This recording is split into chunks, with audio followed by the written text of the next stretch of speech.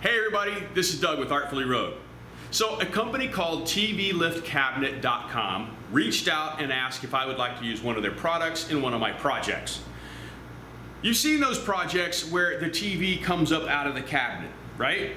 Well, I don't watch TV much, but I did have an idea on how I could utilize their product in one of my projects. They sent me a box. Let's go see what's inside.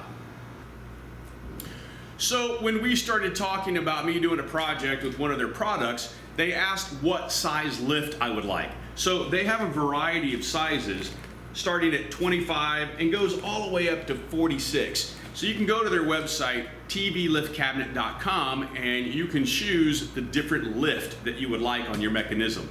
I chose 25 because I don't think I need something that's going to go up any higher than that.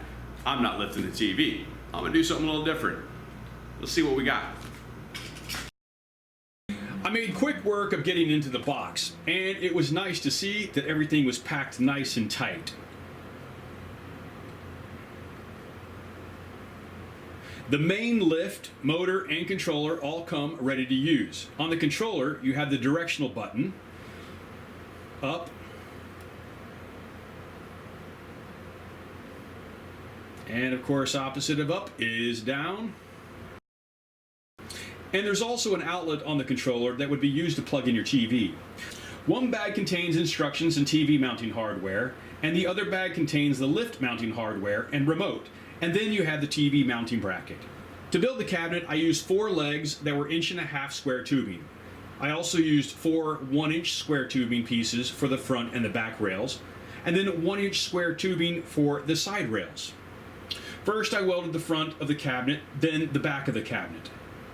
Then I stood up the front and the back and welded in all the side rails. So now you see the frame of the cabinet built. I'm cutting out the bottom plate, and what I didn't show earlier, because it was an afterthought, is that I added some 1-inch angle for the bottom plate to sit on.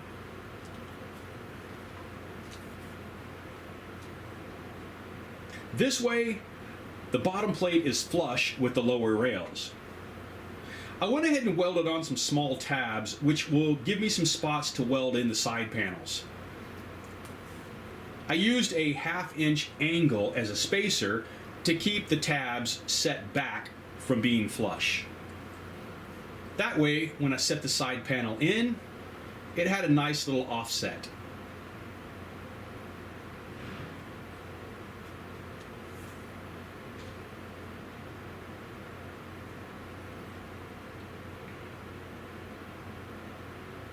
Okay, so I left this shot in just basically to show off my flip table. One side is dedicated to the straight cuts, while the other side is dedicated to just 90s. I have to say, I love these cold cut saws. They're really great. So I had an idea for cabinet doors that I've wanted to try for a while, and this seemed to be the perfect project to test that idea. So I drilled 1/8 inch holes in the 1-inch square tubing, 1 inch apart. And then I took 1/8 inch rod and I inserted it into the holes along the entire way of the cabinet door. I'm curious what you might think, if this is an idea you might use in a project, or if it's maybe something I should use in other projects. A quick tack weld on one side made sure that the rods didn't go anywhere. And then I added 2 hinges per door that then went onto the cabinet frame. Okay, with the bulk of the cabinet complete, it was time to add the lift mechanism. I wanted to make sure that everything was square and level because it's top priority that this thing operates smoothly. Also, alignment of the lower support ensured that I had a solid anchor point for the lower point of the lift mechanism. Level? Yep.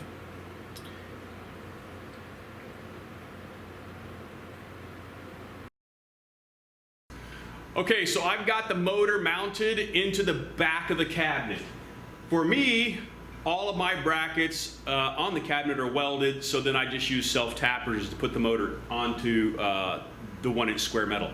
So if you were going to put a TV in, you're going to take your TV mounting bracket, and the side that says warning you want to have face you, and you'll see that there are the screw holes for the TV mounting bracket.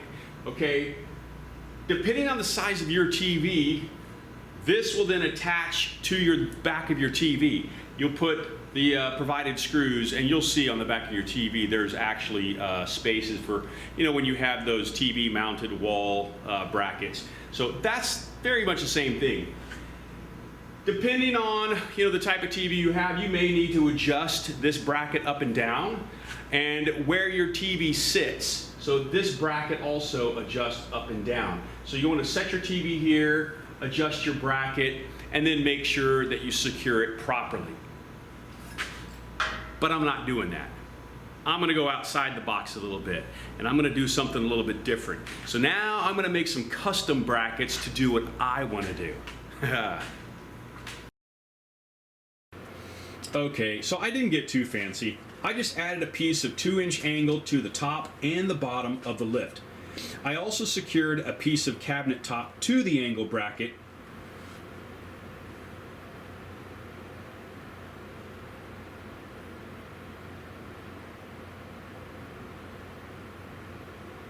Yep, works like a charm.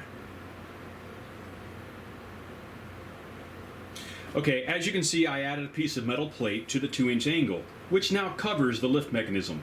Now, I'm not going to go into too much detail here about this part. You're going to have to wait till the end to see this.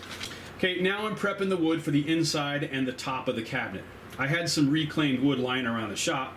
I think it's going to work perfect. This is a 1x10, and then for the top, I'm using 2x6s.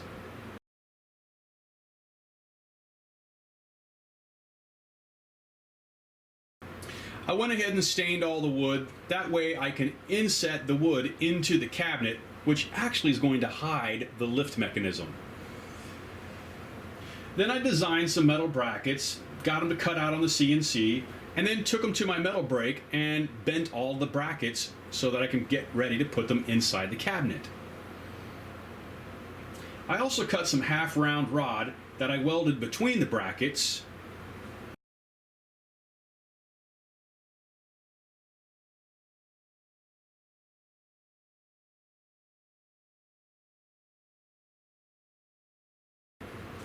And then I made a bracket very similar to the bottle brackets for the wine glasses.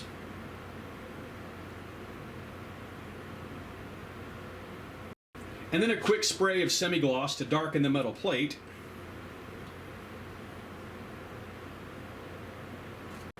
And then I climbed on top of my table so I could stain the cabinet top. I wasn't sure how to get the cabinet off my welding table. It is a heavy beast. When you work by yourself, necessity is the mother of all invention. I was determined to get the cabinet off my table. It's about this time I was wondering if the chain is long enough to get the cabinet down to the floor. I was pretty relieved when it was able to get to the floor. Here is the final product. I don't know about anybody else, but I am pretty pleased with the way this turned out. Now, I use this as a mini bar. It's designed to be a TV lift, but I would think you could put anything that you want within reason and within weight limit on this lift and put in a cabinet. I'm thinking I might have to add this to my online store. Thanks for taking the time to watch this video. It's greatly appreciated. And I also want to give a huge thanks to tvliftcabinet.com. I'll put the link in the description below. They provided the mechanism that made this thing work.